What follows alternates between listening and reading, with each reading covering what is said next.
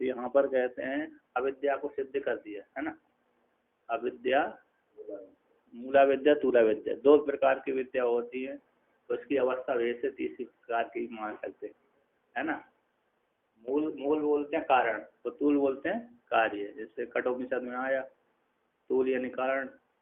वृक्ष की शाखा को देख करके मूल यानी पेदर जड़ की,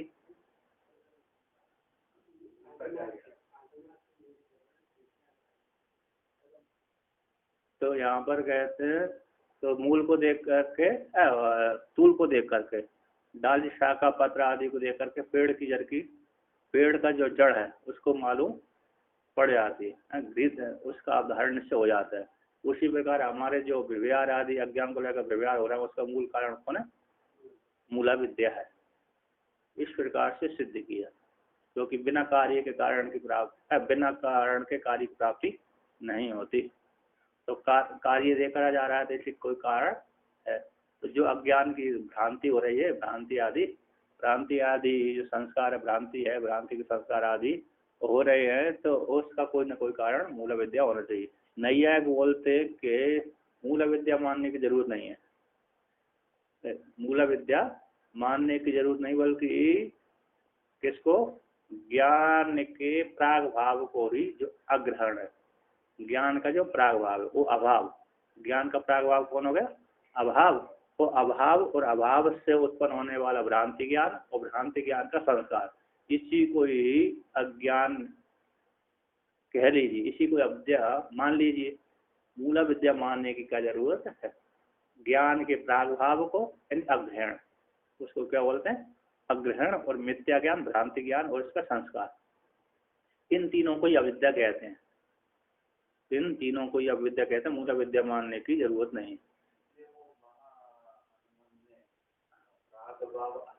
हाँ, प्राग भाव से अतिरिक्त है, अतिरिक्त पद मतलब प्राग भाव से अतिरिक्त, अभाव से अतिरिक्त, मूल तूला विद्या से कोई अतिरिक्त एक मूला विद्या है ना। क्योंकि अभाव है, अभाव से कभी भी कार्य की प्राप्ति नहीं होती।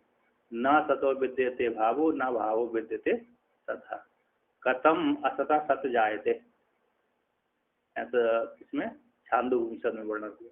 असत से सत की उत्पत्ति नहीं होती, पंद्या के पुत्र से कार्य नहीं होता। इसलिए अभाव से मिथ्या ज्ञान, भ्रांति ज्ञान और उसके संस्कार नहीं होते। इसलिए मिथ्या ज्ञान और भ्रांति ज्ञान संस्कार के लिए, एक कार्य के लिए कोई एक मूल बीज मानना चाहिए। और बीज कौन है? वो मूल अविद्या हो गई, जो ज्ञान के द्वारा धाई होने वाली अनादि है, अज्ञान है, अनिर्वाच्य, अनादि अनिर्वाच्य अज्ञान, इस संसार की मूल हुई अव्याकृत नाम से जो जानी जाती है, उसको मूल विद्या कहते हैं। ऐसा वेदांति ने सिद्ध किया। तो कहते हैं रे योग मत वाले और कौन वाले? पातंजल योग मत हो गए सांख्य दर्शन, वो अविद्या को कैसा मानते हैं? कहते हैं भाव रूप है। अविद्या कैसी है? भाव रूप है, दिखती है, किंतु अतद रूप प्रतिष्ठम, अतद विपर्य ज्ञान वाली मानते हैं। यहाँ पर उन्होंने लिखा वेदांत परिभाषा में, अब उसमें लिखा उन्होंने, कहते सांख्य और योग मत में विपर्य ज्ञान को अविद्या माना है। नहीं, भाव रूप अविद्या, भाव रूप मानते हैं और विपर्य ज्ञान मानते हैं। विपर्य ज्ञान को अविद्या माना, भाव रूप है वो विपर्य ज्ञान वाली है। ये द्वितीय पाद के 5वें 6वें श्लोक में सूत्र में आएगा, वहां पर अविद्या को उन्होंने सिद्ध किया। पहले भी दे दिया अतत रूप प्रतिष्ठापनम, अतत रूप प्रतिष्ठापनम, यहाँ पर अविद्या का वर्णन कर दिया। यानी पहले पाद के 4वें 5वें सूत्र में मेरे जो पंचवृत्ति होती है, कौन? प्रमाण, प्रमाण है, वृत्ति है, पंचवृत्तियां कौन कौन सी है? तीन प्रमाण हो गए, उसमें 5 वृत्ति। अविद्या में अरे हाँ, उसको प्रमाण, विपर्य, विकल्प, निद्रा, स्मृतिया, तो जो विपर्य आदि है वो अविद्यावाचक, इस प्रकार से। और ये नैयायिक हो गया। और नैयायिक क्या मानते हैं? नैयायिक अविद्या कैसे मानते हैं? ज्ञान का प्रागभाव, ज्ञान का प्रागभाव है, और मिथ्या ज्ञान का उसी से उत्पन्न होते हैं, और भ्रांति संस्कार भी उसी से उत्पन्न होते हैं। ऐसे अभाव रूप विद्या को मानते हैं। मतलब क्या है, वो अभाव रूप अविद्या को, जो अज्ञान है अविद्या है, पर्यायवाची ना हो। अविद्या कैसी, अभाव रूप है, अभाव को ही अविद्या कहते हो।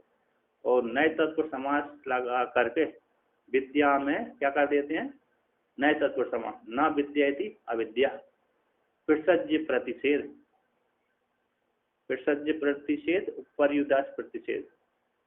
पर्युदास प्रतिषेध तो क्या हो जाते हैं, अरे ब्राह्मणों न अंतव्या, इसमें प्रसज्य प्रतिषेध, ब्राह्मणों, हाँ, और पर्युदास प्रतिषेध क्या है, अब्राह्मणा मानाया, उसको पर्युदास प्रतिषेध, तो प्रसज्य प्रतिषेध को बोल दिया।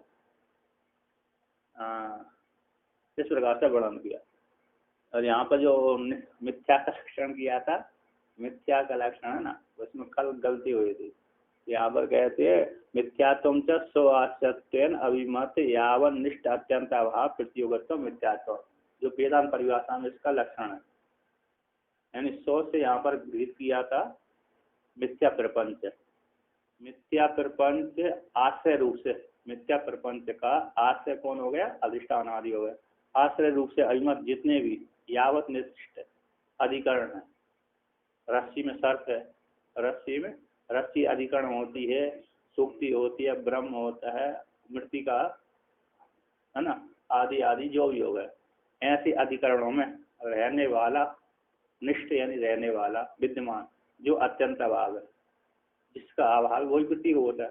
तो रस्सी में सर्प का अभाव, अत्यंत अभाव, तीनों कालों में रस्सी में सर्प नहीं होता। सुक्ति में भी तीनों कालों में रजत उत्पन्न नहीं होती, ब्रह्म में भी तीनों कालों में जगत उत्पन्न नहीं है। ऐसे जिस नहीं है तीनों कालों में उत्पन्न होता है, वो ही उसमें दिख रहा है, उसी को प्रति होगी है, क्योंकि वो दिख रहा है, तीनों कालों नहीं है फिर भी दिख रहा है तो मिथ्या है। तीनों कालों ना होकर ना देखा तो मिथ्या नहीं है, तीन कालों ना होकर के वो दिख भी रहा है, इसलिए मिथ्या है। ऐसा वर्णन किया। तो यहाँ पर अब आगे कहते हैं, तीसरी कारिका कहते हैं, विश्वादीनाम त्रयाणाम त्रयदः देहे व्यवस्थितिम प्रतिपाद्य तेषाम एव त्रिधा भोगम निगमयति। निश्चय करते हैं विश्वादि तीनों, विश्वादीनाम त्रयाणाम, विश्व तेजस प्राग तीनों का तीन प्रकार से देह में व्यवस्थिति को प्रतिपादन करके, देह में अवस्थित रहते हैं तीनों, है ना, विश्व तेजस प्राग, जागृत अवस्था में तीनों रहते हैं, स्वप्न आदि की जरूरत कहने की जरूरत नहीं है। जागृत अवस्था में जो तीनों रह रहे हैं, ऐसे तीनों का देह में व्यवस्था को दिखलाकर सिद्ध करके प्रतिपादन करके तेसा उनके तीन प्रकार से भोग को निगमन करते, निश्चय करते हैं। तो कहते हैं विश्व ही स्थूल भुंग नित्यम तेजसः प्रविवेक्त भुक आनंद भुक तथा प्राज्ञस त्रितः भोगम निबोधतः। कहते ही यानी क्योंकि यस्मात् इसी हेतु से विश्वम स्थूलम भुंग नित्यम, विश्व है ना, विश्व कहता है स्थूल भोगों को ही भोगता है।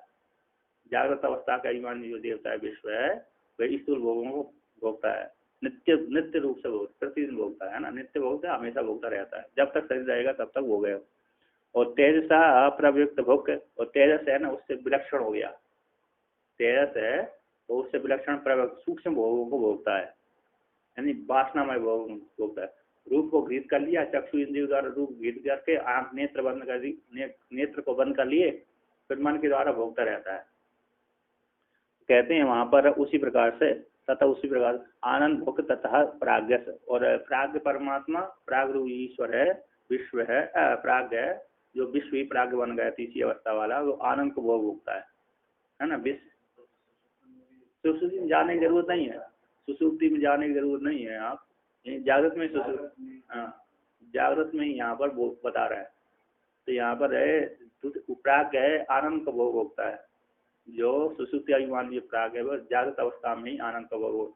जब व्यक्ति बहुत अरे सुबह से लेकर शाम तक कर्म करके आया, अब आकर के सुस्ताने लगा, तो शांत होकर के निश्चिंत होता है, तो वहाँ पर आनंद भोग कहलाता है ना। अब गर्मी के समय में चल रहे हैं, क्या चल रहे हैं, यहाँ से चले 2-3 घंटा लगता चले, वृक्ष नहीं मिला। एक ऐसा वृक्ष आया जिसमें घनी छाया थी, तो वहां पर व्यक्ति जाकर के बैठ करके सुंदर सुंदर हवा चले आते तो भी जाते हैं, है कि ना। पानी मिल जाए आदि, घनी छाया आदि, तो आनंद भोग होता है। प्राग कहते हैं तीर्थः भोगम निवोता। इस प्रकार से 3 भोगों को जान लेना चाहिए। निवोता कह दिएगा या तो जान लेना चाहिए। तो कहते हैं उक्त अर्थ श्लोको, इनके अर्थ पहले कह दिए गए हैं, है ना। उक्त अर्थ श्लोको, उक्त अर्थ में ही जान लेना चाहिए।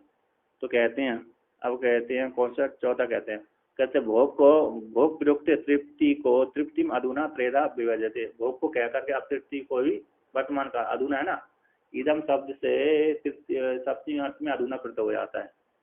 अधुना वर्तमान काल में, है ना, वर्तमान काल में ही होता है सप्तमी अर्थ में। तीन प्रकार से विवाह करके दिखलाते। स्थूलम स्थूलम तर्प्यते विश्वम प्रविव्यक्तम तु तेजसम आनंदश्च तथा प्राज्ञम त्रिधा तृप्तिम निबोधतः। कहते हैं तथा उस प्रकार से यहाँ पर है, कहते हैं विश्व, कहते हैं जो विश्व है, जागृत अभिमानी देव का विश्व है, स्थूल भोगों को भोग करके ही तृप्त होता है। उसको वासना में भोगों से तृप्ति नहीं मिलती। कहते हैं जो स्वप्न का, अरे स्वप्न का भूखा है, उसको जागृत भोगों से तृप्ति नहीं होती। और जो जागृत अवस्था में खूब खा पी कर सोया है, स्वप्न में जाकर भूखा होकर के वहीं के भोगों से उसकी तृप्ति होती है। यहाँ की जागृत के भोगों से भूख नहीं मिटती उसकी। यहाँ दिन में तो सुबह रात को खाकर सो गया और सोते ही उसने स्वप्न देख लिया कि मैं भूखा हूँ। जनक जी को ऐसे ही संवाद हुआ था, है ना। जनक जी को क्या होगा, खा पी कर तो सोए थे और स्वप्न जैसे ही स्वप्न देखने लगे कि मैं तो 7 दिनों से भूखा हूँ, और 7 दिन सारे गरीब हो, 7 में राजा हूँ, 7 दिनों से भूखी दुर्दशा हो गई। कहीं इधर जंगल में गए होंगे, 7 दिनों से भोजन नहीं मिला। इसके पश्चात भोजन नहीं मिला तो कहीं संयोग बस कहीं किसी अन्य क्षेत्र बढ़ रहा था, तो वहां पर लान में लग गया, और लास्ट में वो मेरे आगे से पहले ही वो भोजन समाप्त हो। उसने कहा मोह कई दिनों से भूखा हूँ, दे तो दीजिए। उसने कहा कुछ भी नहीं। अरे कुछ दे दी, तो नीचे जली हुई दे दो जली हुई बची है तो जली हुई को लेकर चले। तो संध्या बंदन कर, वो था निष्ठा थी, तो संध्या बंदन करने के लिए नदी किनारे गए, तालाब जो तक देखो उन्होंने बाहर रखा भोजन, उतने में चिड़ै ही ले गई उसकी, बाज पक्षी उनका भोजन ले गए। तो ऐसे देखने के पश्चात उनको फिर देखा तो बड़ी तड़पन, दुखी हुए, मेरी इतने दिनों से भोजन मिला और वो बाज ले गया, मैं बड़ा बेकार वो हो गया। तड़पते तड़पते नींद खुल गई। तो फिर उन्होंने जागृत में आकर पूछा ये सच है कि वो सच है। तो ये नहीं बताया कि मैंने स्वप्न ऐसा देखा था, ये सच है कि वो सच है। सारे ब्राह्मणों से पूछा, किसी ने नहीं उत्तर दे पाया ये सच है कि वो सच। तो सारे ब्राह्मणों का खत्म नहीं है।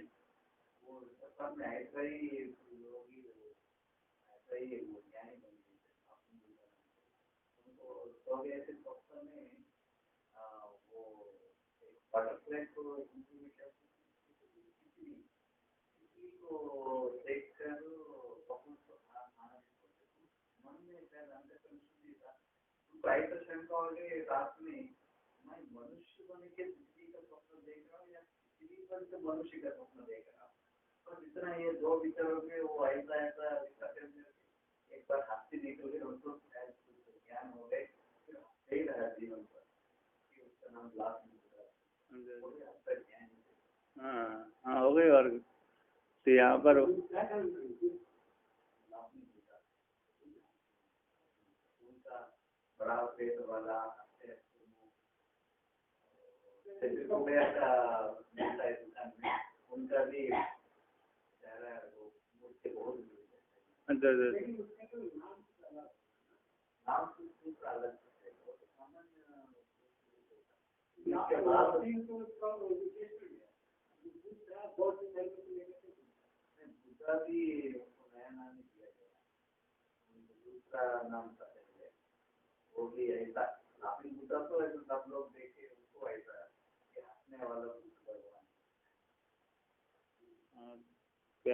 चलिए यहाँ पर कहते हैं, तो कहते हैं स्थूल भोगों को भोग कर तृप्त होता विश्व है।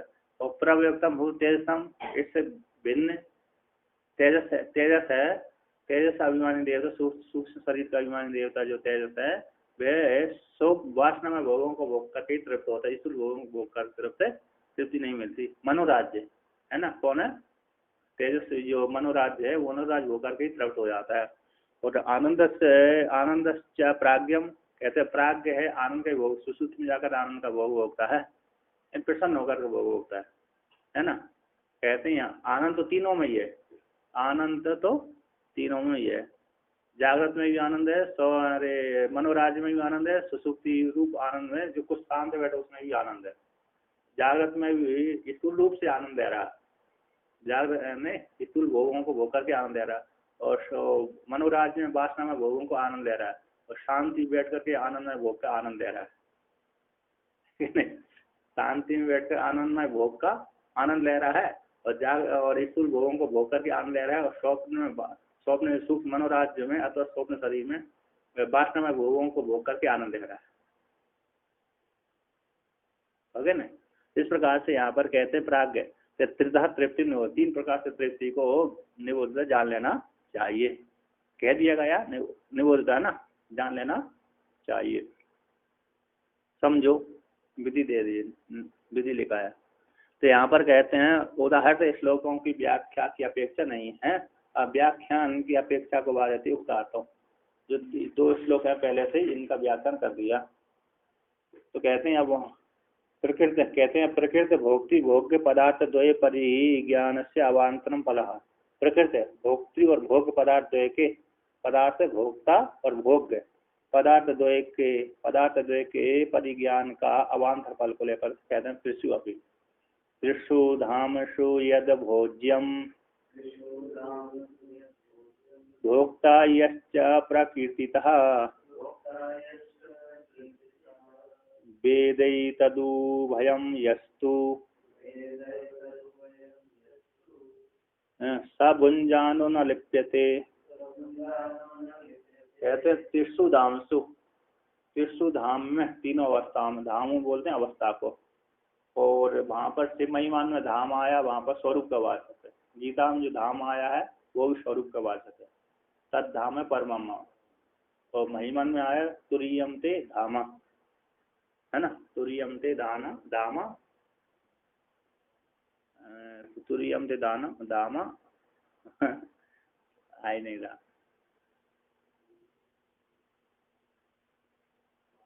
हाँ, तुरीयम ते दामा समस्तम ज्येष्ठम त्वाम गणाति ओम इति पदम।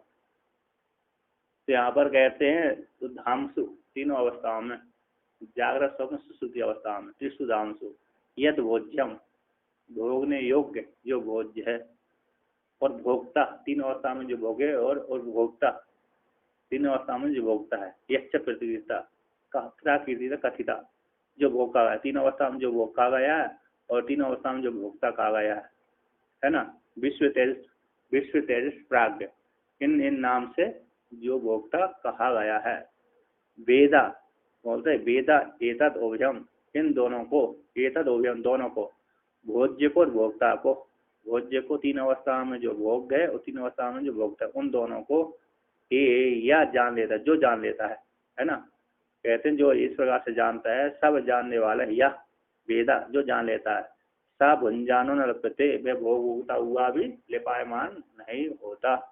ऐसे जानने वाला जो साधक है, भोग को भोगता हुआ भी लिपायमान नहीं होता। एक श्रुति आती है,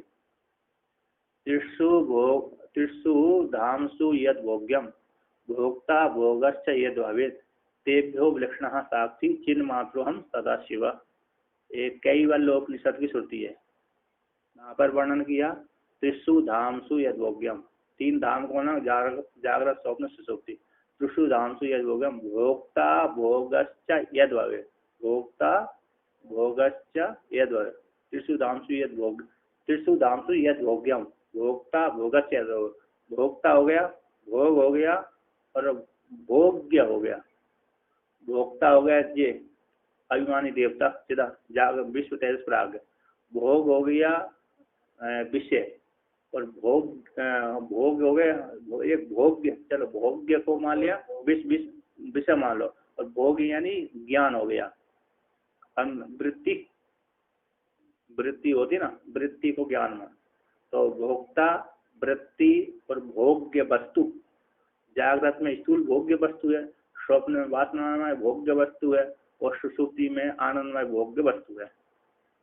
तो तीनों का त्रिषु धामसु यद्भोगम भोक्ता भोगस्य तेभ्यो विलक्षण, इन तीनों से, जागृत स्वप्न सुषुप्ति से और भोक्ता भोग्य और भोग, इन तीनों से, विश्व तेजस प्राग से, इन तीनों से विलक्षण छिन्न मात्रो हम सदाशिवा, है ना। तेभ्यो विलक्षण साक्षी, इन तीनों से विलक्षण साक्षी चिन्ह मात्र सदाशिव वो मैं हूँ। इस प्रकार से केवल उपनिषद में वर्णन किया। तो यहाँ पर भोक्ता, भोग को ना लेकर के भोक्ता को दोनों कह दिए। श्रुति तो वही व्याख्यान है वहीं का, है कि नहीं। तो भोग में ही भोग का ज्ञान होगा, भोगने वाले को ज्ञान रहता है, इसलिए भोक्ता भोक्ता में भोग का जो ज्ञान है ना, भोग का जो ज्ञान है वो भोक्ता में विद्यमान है, भोक्ता को जान मालूम पड़ता है, इसलिए भोक्ता में ही वो ज्ञान आ गया। इसलिए ज्ञान और भोक्ता को अभेद करके बोल दिया, ठीक है ना। तो मैं भोग रहा हूँ, इसका ज्ञान तो होगा नहीं उसको, यदि ज्ञान ना हो तो, है ना। तो इसलिए वहां पर ज्ञान और शिक्षान, जैसे तीन त्रैवेद बोलते हैं ना, त्रैवेदा, तो त्रैवेद के साथ चौथा वेद भी छुपा रहता है नहीं, ज्यादातर त्रैवेद आता है।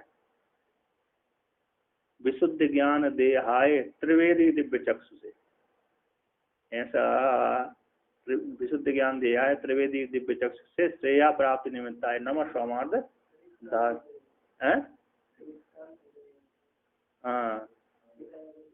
हाँ गीता में ही आया, तो वहां पर अथर्ववेद का उसी में आ जाता है।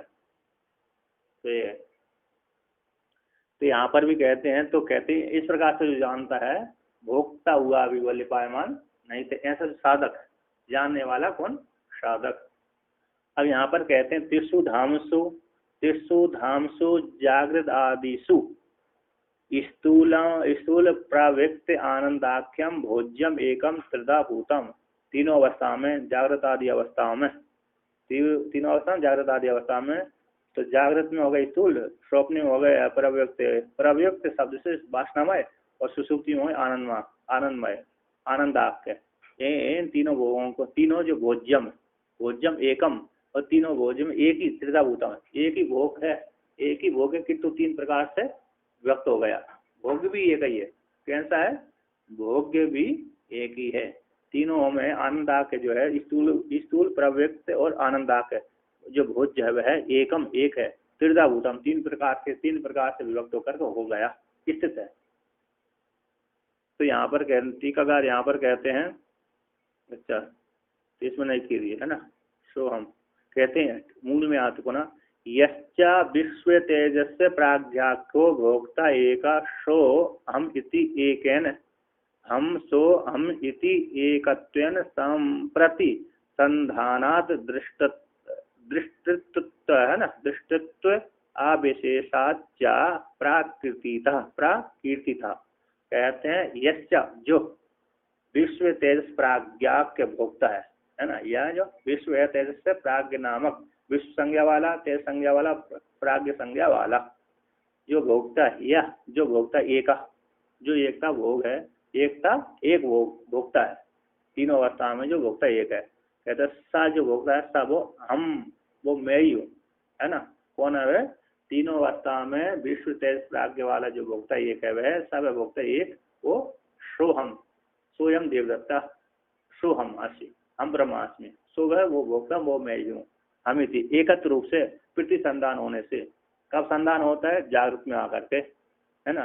संधान कब होगा, ज्ञान होगा जागृत अवस्था में आकर, प्रति संधान ज्ञान होने से, दृष्टित्व आविशेषात, दृष्टित्व सामान होने से, दृष्टा एक ही होने सामानों से, भेद ना, जागृत का दृष्टा अलग हो, स्वप्न का अलग हो, सुषुप्ति का अलग हो, ऐसी बात है नहीं, एक ही दृष्टा, दृष्टित्व का सामान हो, दृष्टा में समानता होने से प्राकृतिक कथिता कहा गया है।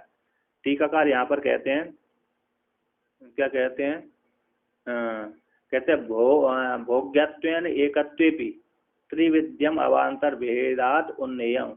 कहते हैं भोग्यत्व रूप से एक मान लेने पर भी, भोग्यत्व रूप से एक होने पर भी त्रैविध्यम तीन प्रकार से कहा गया ना, त्रिधा भूतम, है ना। स्थूल प्रवृत्ति आनंदाक के जो तीन प्रकार से संज्ञा की गई है, त्रिधा भूत भोग्यत्व रूप से ये मान लेने पर त्रिविधम तीन प्रकार से अवान्तर भेद रूप से उनको कल्पना कर लेना चाहिए, है कि नहीं। जागृत स्वप्न सुषुप्ति के भोग अलग अलग हैं, अवान्तर भेद है तो भोग एक ही, किंतु अवान्तर भेद से कल्पना कर लेने, स्थूल सूक्ष्म और आनंदाक।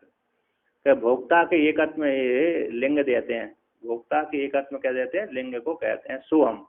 सोहम इति इस वाक्य के द्वारा यानी इस प्रकार से प्रतिसंधान होते ज्ञान होने से दृष्टत्व में भी समान होने से प्रतियोगिता प्राकृतिकता कहा गया। तो क्या कहा, टीकाकार कहते हैं सोहम यो यह हम सुसुप्ता, जो मैं सोया था, सुसुप्त था, सुसुप्त है ना, सुसुप्ति अवस्था में गया था, सोया था, सो हम स्वप्नम प्राप्त था। इसके बाद मैं जो सुसुप्त पुरुष है, सुसुप्ति अवस्था में गया, सोने वाला, सुसुप्ति अवस्था में जाने वाला पुरुष को सुसुप्त कहते हैं। कि मैं सोने गया था, सोने के बाद क्या है, सो हम स्वप्न प्राप्त था, फिर वहां से सोने गया तो क्या चला गया, सीधा स्वप्न अवस्था में चला गया, अथवा सीधा सुसुप्त शब्द से सीधा सुसुप्ति आ गई। अथवा सबसे पहले सोने को जाता है व्यक्ति, है कि नहीं, सबसे पहले कहाँ से जाता है, सोने को जाता है। तो सोने को जाने से सीधा यदि ज्यादा थका नहीं है व्यक्ति तो सीधा स्वप्न में चला जाता है, और ज्यादा थक गया सीधा सुसुप्ति में चला जाता है। ज्यादा भयंकर हमने सुबह से लेकर शाम तक काम किया ना, तो इंद्रिय को काम नहीं देती तो सीधा सुसुप्ति में चला जाता है जीव। और नहीं सामान्य दिन में अरे सो लिया ना 2 घंटा तो 2 घंटा जब सो लिया तो फिर नींद नहीं आती, तो सीधा स्वप्न में जाता है फिर वो, है ना, फिर उसको नहीं मिल। तो कहते जागृत सो हुए गया तो सुसुप्ति में गया, सुसुप्ति जाने पर जागृत से स्वप्न में गया, स्वप्न से सुसुप्ति में गया, सुसुप्ति से फिर स्वप्न में आया, स्वप्न के बाद फिर जागृत में आया। तो यहाँ से कहते हैं जो मैं सुसुप्त था सो हम स्वप्नम प्राप्त, स्वप्न को प्राप्त हो गया। यश्च स्वप्न, जो मैं स्वप्न में था, कहते यश्च स्वप्नम आद्राक्षम, जो मैं स्वप्न में जो देखा था, हाथी घोड़े आदि के दृश्य देखे थे, सो हम, है ना, स्वप्नम आद्राक्षम सो हम इदानीम जागर्मी, जो मैं स्वप्न के पदार्थ को देख रहा था वही मैं अभी वर्तमान काल में जाग गया हूँ, जाग गया हूँ। तो कहते इति एकत्व प्रतिसंधीये थे, इस प्रकार से एकत्व का प्रतिसंधान होता है। जो मैं सुसुप्ति में था वही स्वप्न में आया था, वही मैं जागृत में आ गया। स्वप्न को देख करके हाथी घोड़े आदि मैंने स्वप्न में देखे थे, वही मैं अब यहाँ पर स्मरण उसका कर रहा हूँ, और सुसुप्ति में अच्छी प्रकार सोया। इस प्रकार तीनों अवस्थाओं को इसका संधान हो रहा है एक ही व्यक्ति का। ना च तत्र बाधकम अस्ति, ना च तत्र बाधकम अस्ति, उस तीनों में, है ना, किसमें, जो मैं सोया था वही मैं स्वप्न में गया, और वही मैं जागृत अवस्था में आकर के स्मृति बना रहा हूँ, स्मरण कर रहा हूँ। मैंने स्वप्न में आज ये देखा था, आज मैं सुसुप्ति अच्छी प्रकार से मेरी अच्छी नींद आई, कोई समस्या ही नहीं है। इसका बात करने वाला कोई नहीं है, इसका बात करने वाला बाधकम नास्ति तत्र, वहां पर उस ज्ञान में तीनों अवस्थाओं के ज्ञान में कोई बाधक करने वाला नहीं है। इसी एक का ही प्रतिसंधान होता है, एक ही दृष्टा है, भोक्ता है। कहते हैं तद युक्तम भोक्तुर एकत्व, इसी युक्त ही है, तद युक्तम ठीक ही है, किसका, भोक्त एकत्व, भोक्ता का, भोक्तु का एकत्व युक्त ही है, ठीक ही है। तो कहते हैं किंच, और भी किंच कहते हैं, किंच दृष्टत्व है ना, दृष्टत्व कहाँ पर आया, दृष्टता मूल में है। किंच अज्ञानम तत्कार्यम च प्रति प्राज्ञादिषु दृष्टत्वस्य अविशिष्टत्वात् दृष्टि भेदे च प्रमाण अभावात् युक्तम तद एकत्वम इति दृष्टत्व। किंच अज्ञान और अज्ञान का कार्य, है ना, त्रिषु अवस्था में जो अज्ञान है, त्रिषु धामसु, त्रिषु अवस्था में, तीनों अवस्था में जो अज्ञान का कार्य, मैं सुखी हूँ दुखी हूँ आदि है, उनका जो कार्य सुख को प्राप्त हो रहा है, घटपट आदि तीनों अविद्या हो गई, है ना। क्या तीनों अवस्था में जो अविद्या है उसके जो कार्य है, अविद्या के जो कार्य घटपट आदि देखता है व्यक्ति, है ना। तो सुखी दुखी हूँ कहते हैं तत् अज्ञान और अज्ञान का जो कार्य हो गया, अविद्या अज्ञान हो गई और अज्ञान कार्य कौन हो गए, घटपट। तीनों अवस्थाओं में अज्ञान है ना, अविद्या है, विद्यमान है, और उनका जो कार्य है तीनों में विद्यमान रहता है। जागृत में रहता है, जागृत में स्पष्ट दिख रहा है, स्वप्न में वासना में कार्य दिख रहा है, सुसुप्ति में तो अज्ञान सीधे ही दिख रहा है।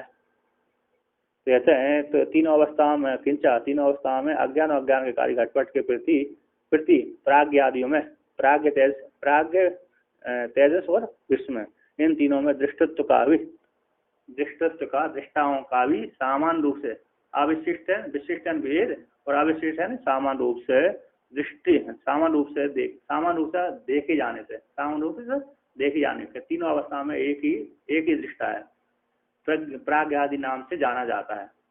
कहते हैं दृष्टि भेद, कहते हैं दृष्टि भेद, कैसे दृष्टि भेद हो जाए, जागृत का दृष्टा अलग हो जाए, स्वप्न का दृष्टा अलग हो जाए और सुसुप्ति का दृष्टा अलग हो जाए।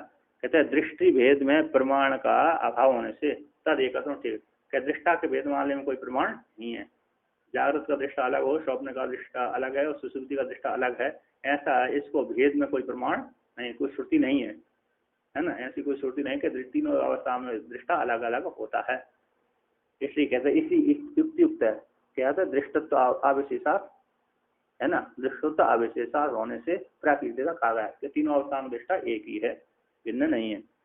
अब आप कहते हैं द्वितीय को विभाजित करते हैं, यो द्वितीय श्लोक के द्वितीय जो पाद है ना, कारिका का जो द्वितीय पाद है उसको विवाह करके कहते हैं यो वेदा, क्या कहते हैं, यो वेदा एतद् ओविहम भोज्य भोक्तृ तया अनेकधा भिन्नम सा भुंजानो न लिप्यते। कहते जो साधक इस प्रकार से जानता है, यो वेदा, जो साधक इस प्रकार से जानता है, कैसे, एतद् ओवय को, किसको जानता है, भोज्य और भोक्ता तया से, भोज्य को, तीनों अवस्था में जो भोज्य है, भोज्य पदार्थ है, और तीनों अवस्था में जो भोक्ता है, विश्व तेजस प्राग्वाल, इन दोनों को भोज्य और भोक्ति तया रूप से अनेक प्रकार से भिन्न भिन्न उपाधि को लेकर के अनेक संज्ञा को प्राप्त हो जाता है ना, स्थूल है, स्थूल सूक्ष्म और कारण रूप से भिन्न भिन्न संज्ञा को प्राप्त हो जाता है।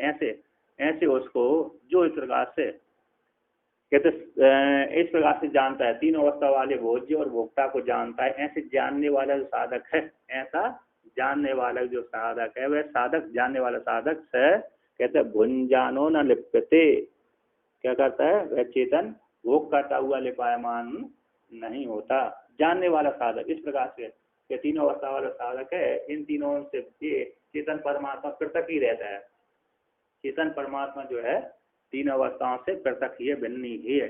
जैसे दोनों उदाहरण दिया, जैसे मत्स्य है ना, मत्स्य है, मत्स्य है, दोनों तटों पे घूमती रहती है, लेकिन दोनों तटों के साथ संबंध नहीं होता। उसी प्रकार तीनों अवस्था में घूमता है चेतन परमात्मा, तीनों अवस्था में संबंध नहीं होता, इस प्रकार से। और जो भी तीनों अवस्थाओं के चेतन है ना, तीनों अवस्था में भिन्न भिन्न नाम वाले वो औपाधिक नाम है, औपाधिक नाम है।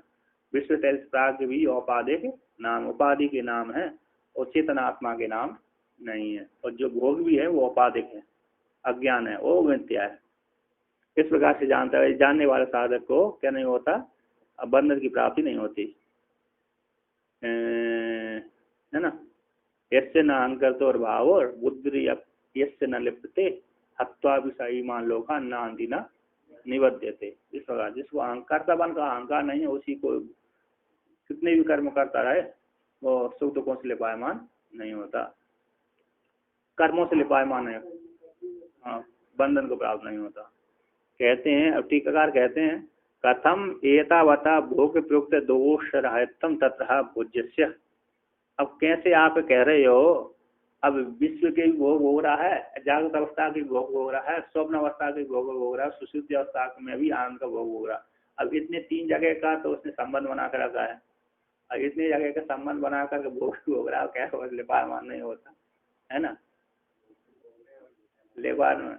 और तो ईसावास से मिदम सर्वम यत्किंच जगत्याम जगत तेन त्यक्तन भुंजिता न गदा कर शुद्ध न कुर्बन्ने भी अकर्माणि जिजी भी सतम समान एवं तई नान्य तेस्तोस्ति न कर्म लिप्यते नरे। इस प्रकार से वहाँ गीता का इसी बात में व्याख्यान है, यस्य नाम का स्वभाव है ना, तो यहाँ पर ये कुर्बन्ने भी अकर्माणि जिजी भी सतम समान एवं तो नान्यते स्तोस्ति न कर्म लिप्यते नरे। ईश्वर अर्पण बुद्धि से यदि तुम कर्म करोगे और 100 वर्ष तक कर्म करते रहोगे तो तुमको कर्तापन से युक्त न होने के कारण कर्मों से तुम लिपायमान नहीं होगे। यदि ईश्वर अर्पण बुद्धि से नहीं करोगे तो कर्मों से लिपायमान हो जाओगे। तो यहाँ पर कहते हैं तो तीनों अवस्था में भोग भी हो रहा है और भोग प्रयुक्त दोष से भी संबंधित नहीं हो रहा है ना। भोग प्रयुक्त दोष राहत होने से तत्र कहते भोज्यस्य, तो भोज्यस्य सर्वस्य एकस्य भोक्तुर भोज्यत्वात्, सर्वस्य एकस्य भोज्यस्य संपूर्ण एक भोज्य का, सर्व सभी भोज्य का, सर्व का एक का, सभी एक जितने भोज्य ऐसे भोक्ता का है ना, संपूर्ण भोज्य का और एक भोक्ता कहते जितना ही भोज्य है। यहाँ पर कहते हैं सर्वस्य भोज्यस्य संपूर्ण भोग्य का और एक भोक्ता का भोज्य, जितना भी भोग पदार्थ सारे एक भोक्ता का ही भोग है ना। एक भोक्तु का ही भोज्य होने से जितना भी भोग पदार्थ है, जागृत में हो, स्वप्न में हो, चाहे सुषुप्ति में हो, जागृत का भोग, स्वप्न का भोग और सुषुप्ति हुआ, तीनों अवस्था का भोग एक भोक्ता के लिए ही है। तीनों अवस्था का भोग कैसा है, एक भोक्ता का ही भोग है, एक ही भोग है, दो भोग है नहीं, आनंद का ही भोग होता है। तो सब सर्वस्व भोज्य संपूर्ण भोग का एक भोक्ता का ही भोज्य होने से है ना, समस्त भोज्य वस्तु एक ही भोक्ता की भोग है। तो यहाँ पर कहते हैं, और यहाँ पर वर्णन करते हैं यद्यपि, टीकाकार कहते हैं यद्यपि भोक्तुर एकस्य एव सर्वम भोग्यम, कहते हैं यद्यपि एक भोक्ता का ही संपूर्ण भोग्य है, यद्यपि एक भोक्ता का ही संपूर्ण भोग्य है इति अवगतम, जाना गया है, तथापि फिर भी किस प्रकार से, कथम सर्वम भुंजानो, सभी को भोग करता हुआ, सर्वम भुंजानो भोग प्रयुक्त दोषवान न भवति, सभी को भोग करता हुआ, सारे भोगों को भोग करता हुआ भोग से प्रयुक्त जो दोष होते हैं हमें ऐसे दोष वाला वो ना भवति। सामान्य जिसको कर्तापन का अहंकार है वो व्यक्ति भोग करता हुआ दोषों से लिपायमान होता है, एक भोगों को भोगता हुआ दोषों से लिपायमान कैसे नहीं होता, दोषवान न भवति इति, कैसे दोषवान नहीं होता, ऐसी प्राप्त हो जाने पर नहीं यस्य यो विषय सा तेन धीयते वर्धते व धीयन, क्योंकि यस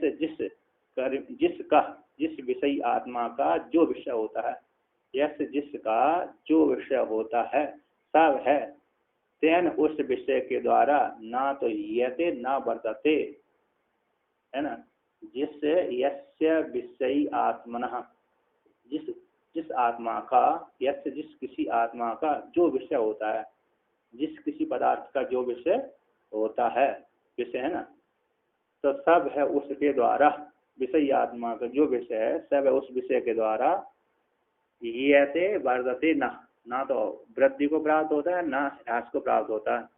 उसी को दृष्टांत को लेकर के कहते हैं, जैसे हमारा विषय धन आदि है, हम चेतन आत्मा का विषय कौन है, धन आदि है। अब धन आदि विषय हम भोगता है, हम विषय है, कौन है, चेतन आत्मा कौन हो गया, विषय हो गया। उसके घर है, मकान है, घर है हो गया, और स्त्री पुरुष पशु पत्नी पशु है, धन आय जमीन जायदाद आदि है, उससे वो विषय है, उसकी नष्ट होने से और वृद्धि होने से उस चेतन शरीर आत्मा में ना तो वृद्धि होती है ना ह्रास होता है। ऐसे किसी का, अरे जैसे कोई बोलता ना, किसी का लड़के में ये आत्मा मानी थी और जैसे मैं लड़का मर गया तो मारा गया है नहीं, बोलता है कि नहीं बोलता, लड़का उसका मर गया तो लड़की के मरने के बाद आज मेरा संसार ही समाप्त हो गया। अब किसी की स्त्री मर जाती है तो उसमें ज्यादा प्रेम होता है तो पागल ही हो जाता है क्या, हो जाता है कभी कभी व्यक्ति है। हाँ कोई हो एक व्यक्ति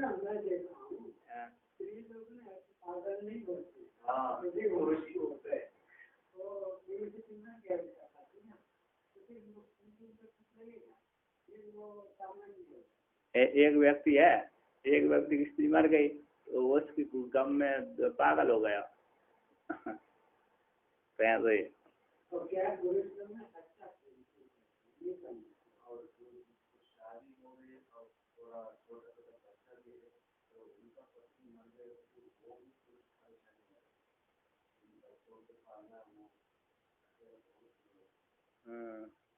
कहते हैं जब तो उसके मर जाने से आदि धन आदि के नष्ट हो जाने से अथवा वृद्धि होने से उस शरीर में तो चेतनात्मा में कोई वृद्धि आदि की प्राप्ति नहीं होती।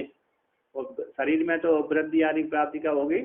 जब रोग आदि होंगे, है ना। छोट बालक है तो उसमें वृद्धि आदि हो जाती है भोजन आदि करके, किंतु जो पहले से ही 50-60 वर्ष का हो गया तो उसमें वृद्धि ह्रास आदि नहीं होती। बीमारी से शरीर में ह्रास आदि होता है।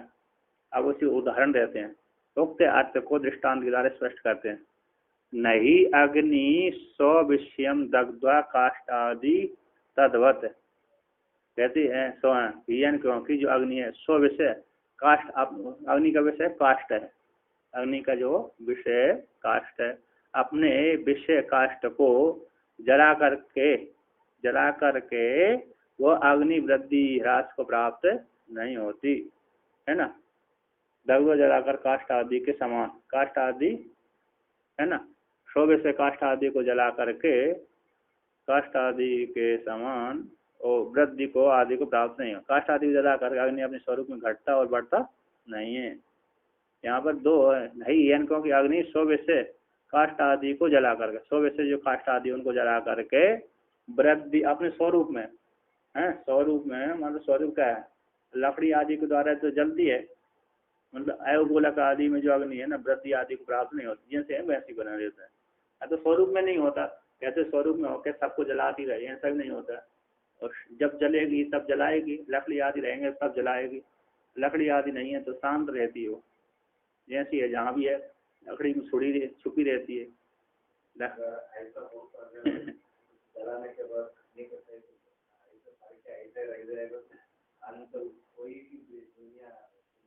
जिंदा नहीं रहेगी तो हैं? एक बार कैंडल पूरा वो जला दिया फिर इतना बड़ा हो जाता है, छोटा बनने का मौका ही नहीं मिलता। हाँ, बड़ा ही होता, वृद्धि आदि को प्राप्त नहीं होती। जैसा काष्ठ आदि को जला करके वृद्धि आदि को प्राप्त नहीं, उसी प्रकार जो चेतन परमात्मा है तीनों अवस्थाओं को भोग करके वृद्धि आदि को प्राप्त नहीं होता। जागृत स्वप्न सुषुप्ति तीनों अवस्था को भोग कर वृद्धि आदि प्राप्त ना वृद्धि होती ना ह्रास होते। तो टीकाकार कहते हैं स्व विषयान काष्ठादीन दग्ध्वा न येते वर्धते व अग्नि इति संबंध है। स्व विषय जो काष्ठ आदियों को जला करके है ना तो अग्नि वृद्धि को प्राप्त होती है, ना नहीं जलाती तो ह्रास हो जाएगा वृद्धि का है वो अग्नि का, कहते नहीं जलाती तब भी ह्रास भी नहीं होता। तो अग्नि किसी को जला दे उससे पाप पूर्ण से लपायमान नहीं होता। अग्नि को कहते पहले अग्नि स्वच्छ जलती, सतयुग में अग्नि है ना शुद्ध धुआं आदि नहीं देती थी। कहते हो जब शिव जी का वीर्य को पान कर लिया अग्नि देवता ने तो उसी समय माता पार्वती ने बोल दिया तुम सर्वभक्षी हो जाओगे और धुआंधारे हो जाओगे। कैसे हो, धूम वाले हो जाओगे, दोषी हो जाओगे, सर्वभक्षी हो जाओगे। निकलते तो होगी कुछ कारण होगा, मतलब दोष नहीं रहा होगा अग्नि में। जहाँ काष्ठ रहेगी तो अग्नि धूम निकलेगी, है कि नहीं। हो सकता है शुरू में भक्ति नहीं रहा होगा